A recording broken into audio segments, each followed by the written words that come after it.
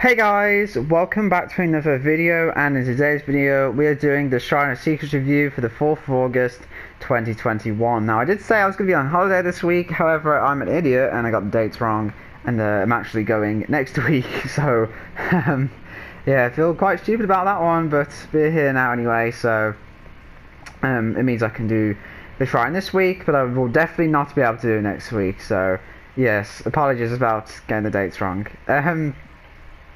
The game's been a bit weird this week. I haven't really been playing a whole lot this week for some reason. I've just not been having too much fun with it. I don't know why, even though, because again they've fixed like the lag issues and everything. I don't know, I just haven't really been in the mood much for it this week, so I honestly forgot about the Shrine completely until I saw the tweet this morning, so yeah, we're just going to get started, I think. Hopefully this won't take too long, but first of all, you have Quick and Quiet, which is a Meg perk, and this one is pretty simple. The Vault and Hide action, noise detection, and audio range is reduced by 100%. This effect can only trigger once every 30 seconds, which is 25 seconds at Tier 2, and 20 seconds at Tier 3. 25 seconds at Tier 2, and 20 seconds at Tier 3. Yeah, that's right. Okay, so, yeah, when you fast vault something, a window or a pallet, or when you jump out of a locker or into a locker in a sprint, it doesn't make the loud noise notification and doesn't make noise at all, so that's good. And yeah, having it only trigger every 20 seconds, that's pretty good. It doesn't take long at all. This is most commonly used with head-on and things like inner strength, just to get it done a bit quickly, because head-on you have to be in the locker for at least 3 seconds, and then inner strength you have to be there for 8 seconds, so you know, it's just good in that sense. But I feel like people only use it for that purpose, which I think is a shame, because I really like to use this perk by itself, because it's great. It's a great perk to throw killers off. You can combine it with Dance With Me, so as well as no noise, at least no scratch marks for a few seconds. Use it with Live, so it can just quietly get a bunch of distance, and then the chase will basically just end, as long as they didn't have a line of sight on you. Yeah, you know, and I think there's some other ones you could do, but I like to just use this one by itself, to be honest. I think this perk's great. I think it's pretty underrated, and I feel bad that people only use it for head-on, so, you know, give it a chance. Next up we have Second Wind, which is a Steve perk, and speaking of underrated perks, this one I really, really like, and I feel like people need to give this one a bit more of a chance. I'm going to clear my throat, because there's a lot of text in this one. So when you've healed other survivors for the equivalent of 1 health state, Second Wind will activate. If you are already affected by the broken status effect, Second Wind does not activate. And while it is active, the next time you are unhooked or you unhook yourself, you are affected by the broken status effect, and after a total duration of 28 seconds, Second Wind will automatically heal you. So it is at 24 seconds, and Tier 3 is 20 seconds. Second Wind deactivates once you become healthy, or if you are put into the dying state before Second Wind successfully triggers, and you lose the broken status effect. That sounds really confusing. I will try and sum it up as best I can. So basically, you have to heal someone at full health state, and then it will light up in the corner. And then as long as it's lit up in the corner, the next time you get rescues, either rescued from someone else or you unhook yourself, after a 20-second duration, well, when you get rescued, you'll be put into the broken status effect, but after 20 seconds it will heal you to healthy straight away, and then you don't get broken anymore, if that makes sense. And honestly, this one is really good. I don't see people talk about this perk. I absolutely love it. I think it's so underrated. It's honestly one of my favourite perks to use, because it's kind of like, it's basically another anti-tunnel perk. People are like, oh, it's only decisive and stuff, but honestly I think this is really good as well. As long as the killer is not around, and if you can survive for 20 seconds while being broken, then it will just automatically heal you, which now means if the killer does come onto you again, you know, because things like decisive or borrowed time, you know, you're still left injured and you have to get healed, or heal yourself, or you have to get a bunch of distance.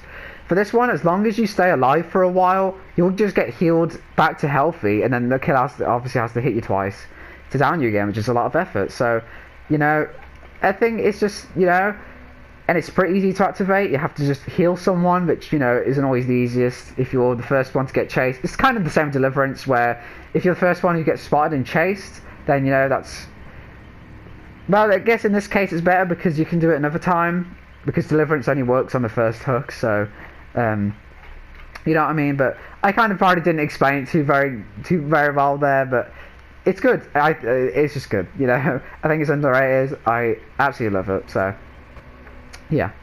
Next up we have Shadowbourne, which is a Wraith perk, and along with all of Wraith's perks, this is a tracking perk. Basically increases your field of view by 9 degrees, wider than normal, 12 degrees at tier 2, and 15 degrees at tier 3. Does not stack with other field of view increases, so you could not use this with Monitor and Abuse.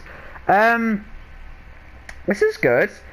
However, it's weird that, you know, an FOV slider is a perk, and it's weird that, you know, it's basically a setting. It's literally a game setting as a perk, which is very weird because it shouldn't really be like that. It's good, you know. It feels really nice to use this perk, especially at tier 3. It's really good on Nurse, I would say, to kind of stop the motion sickness of the fatigue and everything. It's really good for when survivors do that technique of running into a building and then just, you know, hiding in the corner, and then the second you go for the doorway they run back out, because you'll be able to see them with the extended degree. Again, it's good with killers like Huntress and Deathslinger and Blight, because they can really benefit from being able to see a bit more wider, and especially with, again, those long range killers, you know, they have a wider range to use their power. But other than that, like I said, it's just weird that it's weird to just take up a perk slot for something that should just be like a setting you can toggle and change. You know, it's literally just a game setting as a perk, which, you know, sounds so weird, and I don't know, it's good. It feels nice to have it, but yeah, I don't know, just taking up a perk slot just for this is a bit, I don't know. You have to be a bit careful with it, I think, you know, like, choose who you want it with, I guess. And finally, we have Strider, which is a spirit perk. No, it's not. It's a nurse perk. Oh my god. It's a nurse perk. Basically, the breathing of survivors in pain is 25% louder, which is 25% at tier 2 and then 50% at tier 3. And regular breathing is 0% louder, which is 0% at tier 2 and 25% at tier 3. So normal breathing is only 25% louder, but breathing of survivors who are in pain when they're injured is 50% louder, which is, you know, again, the stats on this one are really weird. This perk comes out all the time. I'm not going to spend again, it's like the windows of opportunity thing. This perk comes out all the fucking time for some reason, because, I don't know, I guess the devs just really like this perk, you know. So I won't dwell on it for too long. Basically, it's good. It's actually a solid tracking perk. It's a good perk if you don't have headphones. It's an amazing perk if you play Spirit a lot. Which, if you play Spirit a lot, then I don't know what to say to you. But also, it's good because... Actually, no, I was about to say it's not good, because now it doesn't counter Iron Will. It used to counter Iron Will, but Iron Will got buffed, so it actually beats out Strider. So unfortunately, this perk is not as good on Spirit.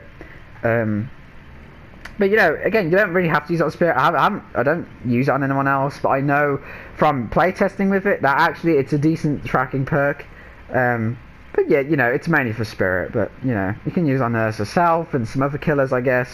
But yeah. So, if I'm going to say which one I think you should buy, I'd probably say Second Wind, honestly, because, again, I'm such an advocate for this perk. This is such a great perk. Please use it. You will get used to it, and you'll come to love it as well. It's so great. It's just easy to trigger. It's great at anti-tunnel because, you know, you literally get healed fully 20 seconds after you get rescued, which means if the killer's coming, as long as you can keep them busy, or, you know, don't take a hit. I know normal healing just takes 16 seconds, so, you know, but this one means, like, you know, if you haven't got the time to heal because the killer's coming right back or something, you can just run off. You can literally just get healed, run off, and then you get fully healed again. So, you know, yeah. And Steve's other perks are pretty bad. Camaraderie is okay, but it's like a weird one. It won't always get value from it. Babysitter's just terrible. So this one's absolutely worth it. Quick and Quiet is great, but Meg's a free character. It's only level 30 for Meg on the Blood Web, so it's much better and much more worth it to just get it with blood points rather than 2,000 shards. Strider, Again, Nurse's other two perks are very good, so it's probably just best to level up Nurse and get everything. In Shadowbourne, Wraith's a free killer, but even then, like, even if he wasn't, I wouldn't have recommended this anyway. Again, it's nice and it's good, but like, it's just, oh, it's so weird. It should just be like a game mechanic setting thing, you know, not a perk. So I don't know, but Second Wind, please get it. I know I keep talking about it, but honestly, I fucking love Second Wind so much, and I don't see anyone talk about it or use it. It's so good. Guys, that's gonna do it from me. I hope you enjoyed, and I will see you all in the next one. Well, the next one might be another gameplay.